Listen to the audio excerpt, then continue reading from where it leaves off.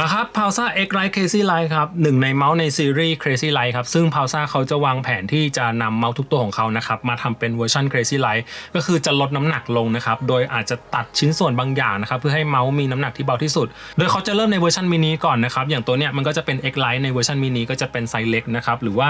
X2 Crazy Light มันก็คือ X2 ในเวอร์ชันมินินั่นแหละแล้วก็ X Lite ตัวนี้ครับไม่ได้มีการเปลี่ยนแปลงแค่เรื่องของการลดน้ำหนักนะครับแต่เขาก็มีชิ้นส่วนสเปคบางอย่างที่มีการเปลี่ยนแปลงที่ดีมากยิ่งขึ้นคลิปนี้ผมจะเล่าให้ฟังครับว่าเจ้า X Lite Crazy Light น่าใช้ยังไงครับ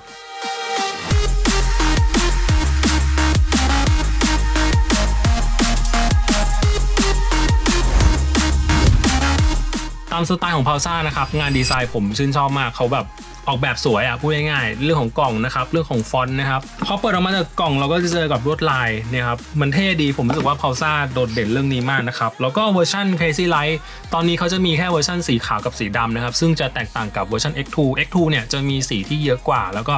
สวยกว่าของในกล่องก็มีตัวเมาส์1ตัวครับเพื่อนๆดูครับเป็นทรงเออร์โกนอมิกนะครับทรงมือขวานะครับแล้วก็จะตัดทอนส่วนที่ไม่จำเป็นต่อการใช้งานออกไปทั้งสิ้นครับเพื่อที่จะลดน้ำหนักให้เบาที่สุดนะครับอย่างที่เราเห็นได้ชัดเจนเลยคือพื้นด้านล่างครับเพื่อนๆลองดูพื้นด้านล่างเนี่ยเขาจะมีการตัดแผงวงจรที่มันจะมีชิ้นส่วนที่เล็กลงนะครับสวิตช์เปิดปิดกับปุ่มปรับเปลี่ยน DPI ครับก็จะถูกทำให้เล็กลงนะครับจะอยู่ติดกับพวกแผงวงจรเลยแล้วก็จะไม่มีพวกไฟ LED ที่บ่งบอกสถานะของ DPI นะครับแล้วก็ให้เป็นสายเคเบิลครับซึ่งเป็นมาตรฐานอยู่แล้วเนาะตัวนี้ให้ตัวรับมาด้วยครับเป็นตัวรับ 8K ครับแล้วเขาก็ให้ฟีดดอทมาด้วยนะเพื่อที่จะทำการลดน้ำหนักให้มากที่สุดนะครับแต่เขาติดฟีดจากโรงงานมาเป็นฟีดผืนใหญ่แล้วนะครับถ้าเกิดเพื่อนๆอยากจะลดน้ำหนักประมาณ2 กรัมอยากจะลดลงประมาณ2 กรัมก็ให้เปลี่ยนเป็นฟีดดอทนะครับแต่จริงๆผมคิดว่าเขาไม่ควรจะติดฟีดมาจากโรงงานเขาควรจะแบบให้เรามาติดฟีดเองเราจะได้เลือกว่าเราจะใช้ฟีดแบบไหนแล้วก็ฟีดดอทตัวเนี้ยผมรู้สึกว่าขอบมันไม่ได้มนไว้เพื่อนๆมันจะเป็นแบบเป็นดอทเหลี่ยมๆเกินไป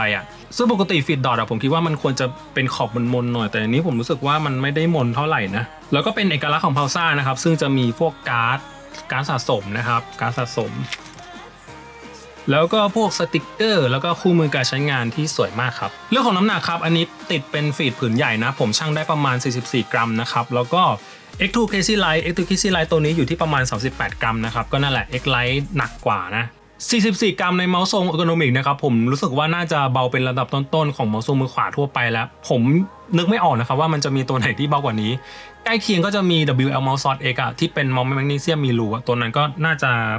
หนักกว่านี้นิดนึงเรื่องของรูปทรงครับเขาเป็นทรงมือขวานะครับทรงเออร์โกนอมิกนะครับมีไซส์ที่เล็กพอสมควรนะครับแล้วก็ผมรู้สึกว่ามันจะแตกต่างกับพวก Dead Adder นะครับหรือพวก Lamsu Palo ตัวเนี้ยผมให้ฟีลมันคล้ายๆกับเมาส์ Zowie EC3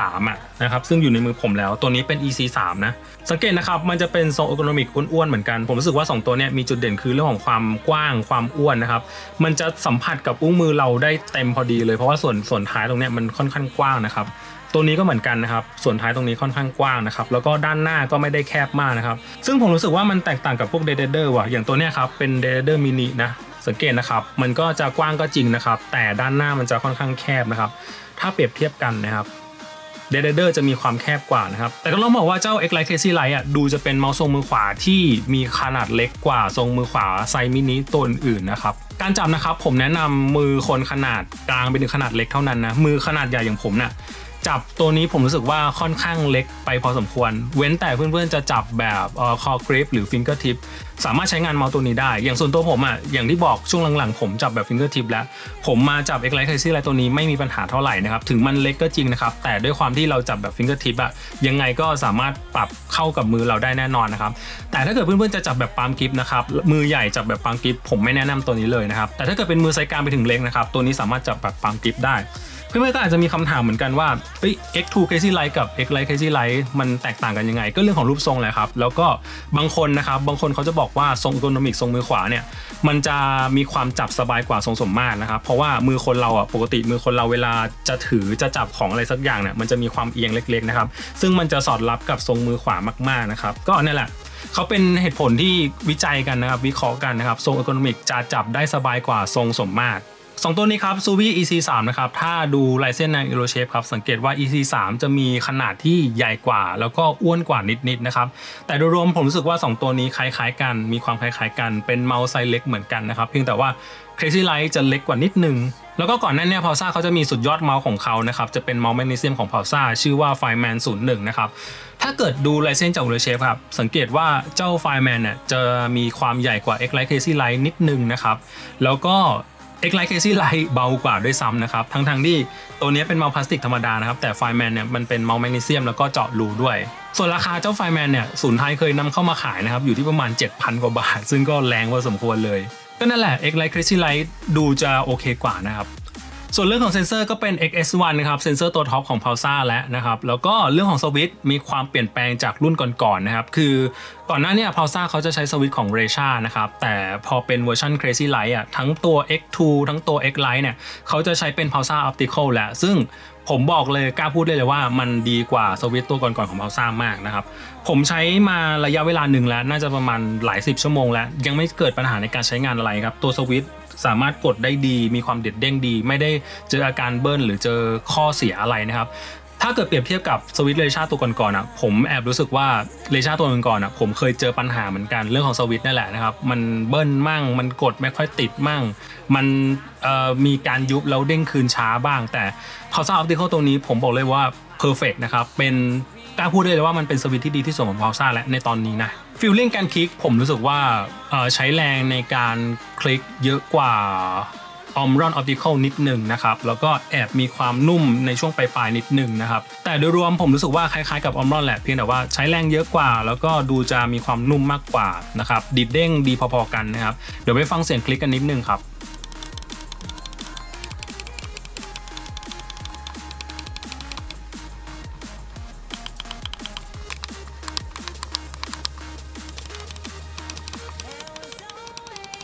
เหมือนเดิมครับเมาส์รุ่นใหม่ๆของ Pulsar รองรับการตั้งค่าผ่านเว็บแล้วนะครับชื่อว่า Bibimbap ครับก็หน้าแรกเป็นหน้ารวบรวมข้อมูลเนาะ Customize ตั้งค่าต่างๆครับ Performance ครับเรื่องของ DPI นะครับแล้วก็ Polling Rate สูงสุดที่ 8,000 นะครับอันนี้มี Mouse Rotation Calibration ด้วยก็คือแบบบางคนจับเมาส์แบบเอียงๆนะก็มาปรับตรงนี้แต่ผมไม่แนะนำให้ปรับนะครับแล้วก็พวก Motion Sync Ripple Control สามารถปรับได้เหมือนกันนะครับLiberty 10ครับ3ค่าครับก็เซตที่1นั่นแหละนะครับมาโครเซตได้ Power ก็คือการประหยัดพลังงานนะครับสามารถเซตได้เหมือนกันแล้วก็ต้องเนี่ยครับตัว Dongle 8K เนี่ยของ Pulsar ปกติมันจะมีไฟที่สว่างมากๆเลยอันนี้ผมแนะนำให้เข้ามาปิดนะครับเพราะว่ามันจะรบกวนสายตาเรามากๆเลย Setting ครับการอัปเดตเฟิร์มแวร์ครับยังไงลองเข้ามาปรับแล้วกันมีอัปเดตอยู่นะครับ Polling Rate ครับ 8,000 ครับประมาณนี้ฮะอย่างที่บอกครับด้วยเรื่องของรูปทรงอ่ะเขาเป็นเมาส์ที่ไซส์เล็กพอสมควรเลยสำหรับคนมือใหญ่อย่างผมนะครับส่วนเพื่อนๆคนที่แบบมือขนาดกลางไปถึงขนาดเล็กผมคิดว่าจับตัวนี้ได้ดีมากไม่ว่าจะปาล์มจะคอจะฟิงเกอร์ทิปผมรู้สึกว่าเป็นเมาส์ไซส์เล็กทรงอีโคโนมิกที่จับสบายตัวหนึ่งเลยแล้วก็คนมือใหญ่อย่างผมนะครับช่วงนี้จับฟิงเกอร์ทิปก็ใช้งานได้ไม่มีปัญหาครับแล้วก็ในอนาคตอ่ะPulsarก็วางแผนที่จะทำเป็น Crazy Light ตัวอื่นๆเหมือนกันนะครับไม่แน่เราอาจจะเห็น X-Lite ไซส์ปกติเนี่ยในเวอร์ชัน Crazy Light นะครับลดน้ำหนักลงตัดชิ้นส่วนที่ไม่จำเป็นออกซึ่งผมชอบแนวคิดนี้นะแล้วก็อยากจะให้เมาส์หลายๆตัวมีเวอร์ชัน Crazy Light เหมือนกันเมาส์นี้เหมาะกับใครอย่างแรกเลยคือเพื่อนๆควรจะต้องเป็นคนที่ชอบเมาส์ทรงอีโคโนมิกเมาส์ทรงมือขวานะครับหรือว่าเคยใช้พวก X-Lite มาก่อนใช้ Dedider มาก่อนใช้ Lamsu Paro มาก่อนตัวนี้เบากว่าแล้วก็เป็นไซส์ที่เล็กกว่าหน่อยๆก็ถ้าใครเป็นสายเมาส์เบาครับลองไปช้อปปิ้งแล้วกัน Pulsar Thailand นำเข้ามาขายครับมีอยู่2สีขาวกับดำนะครับแล้วก็ราคาก่อนใช้โค้ดนะครับอยู่ที่ประมาณ 4,900 นะครับรับประกัน2 ปีนะครับแล้วก็ผมปักตะกร้าไว้ผมไม่แน่ใจว่าในช่องผมปกติมันจะมีโค้ดลดอยู่นะคิดว่าถ้าเกิดคลิกตะกร้าไปน่าจะได้โค้ดลดประมาณ 20% มั้งยังไงถ้าใครสนใจลองเข้าไปดูก่อนละกันนะครับก็ถือว่าเป็นอีกหนึ่งตัวที่น่าสนใจครับแล้วก็ผมเฝ้ารอเวอร์ชัน Crazy Light ตัวอื่นๆของ Pulsar เช่นกันนะครับคิดว่าน่าจะออกมาดีแน่นอนแล้วก็คอนเฟิร์มอีกครั้งครับสวิตช์ Pulsar Optical ตัวนี้ที่ทาง Pulsar พัฒนาเองดีขึ้นกว่าเดิมแน่นอนครับคลิกสนุกครับยังไงไปช้อปปิ้งแล้วกันครับเพื่อนๆ